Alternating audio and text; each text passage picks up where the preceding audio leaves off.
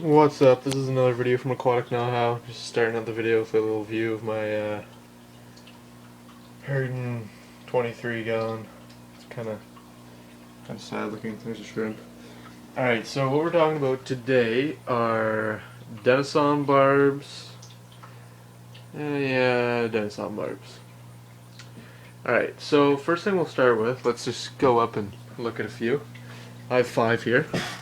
I would say minimum together is 3. I had 3 and then my friend was getting rid of his 2. So I bought them. They're decently expensive, like more than other fish, except for discus. I got mine for $29.99 for 3, which is a pretty good deal because I went up to $49 for 3 a few months later. These guys aren't full grown yet. They're like 6 months old, 6 or 7 months old. They're pretty big, like at least 4 inches. They get to like 5 or 6 inches. The biggest one is closing in on 5, I would say. She's right back there. They like, well, they don't really need a planted aquarium actually. I've never actually seen an aquarium like where they're in their natural habitat. Their natural habitat would be like fast flowing rivers that are like 60 to 70 degrees. That's right, they're a cold water fish, but they can accept like some warmer water.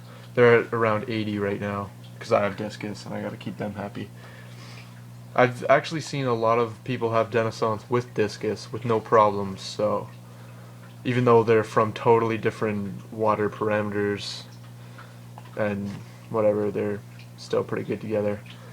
They come from fast flowing rivers in Thailand and stuff like that, that have like rocky bottoms, not really too heavily planted. Like there's some vegetation and some driftwood and whatnot, but they like to swim in the open. So if you're gonna have them in a heavily planted tank, like I'm in the process of doing right now, then you're gonna want to have a good amount of open space for them to swim around in.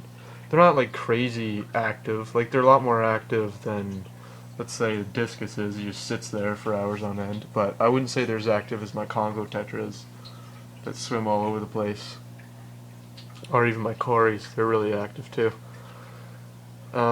They You're gonna want to have them on something better than just a flake food. Like I give them shrimp granules, fluval shrimp granules, along with brine shrimp, freeze-dried brine shrimp, and bloodworms and all that fun stuff. Shrimp pellets. I'm gonna put in some shrimp granules for them. Here, that's what they look like. You can see fluval shrimp granules. I don't need too much.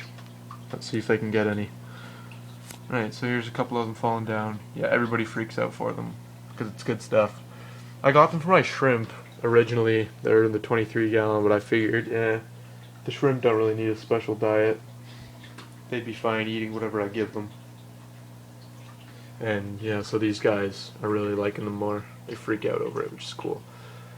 They like, the bigger the group, the better. Like 6 is a good group. 5 is a decent group. If you can have more than 3, that's a pretty good idea. And also they look a lot better in bigger groups, and they're a lot more social and active.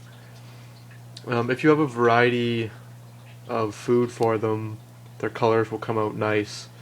When you get them small, they won't really have that much of a color. See, like this guy right here, his color is there, but like his stripes aren't as intense as the bigger guys are.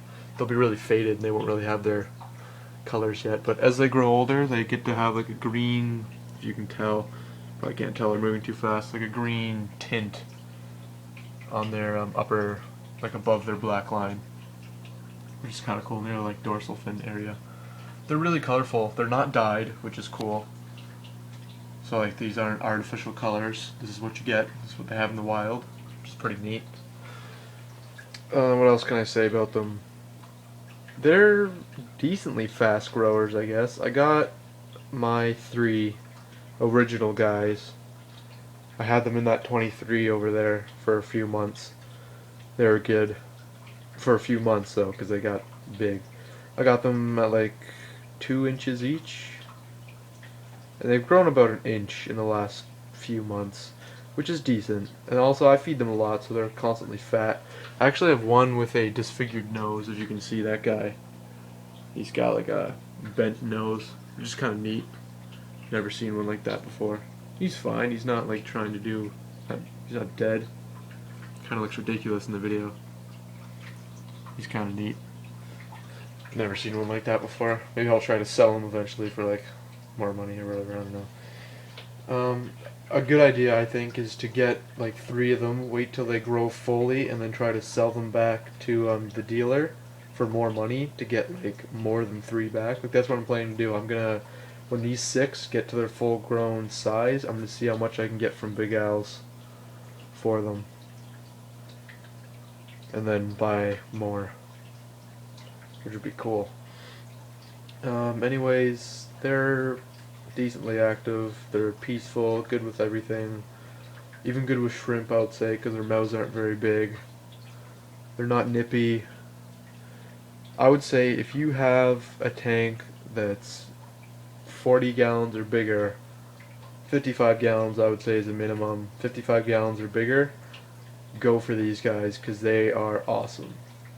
I would say they're my favorite fish in the tank, but all of these fish are my favorite, or else I wouldn't have them. So that's all I gotta say. This is a long video. Denison, Barbs. If you have any comments or concerns, you can show me in the comment bar.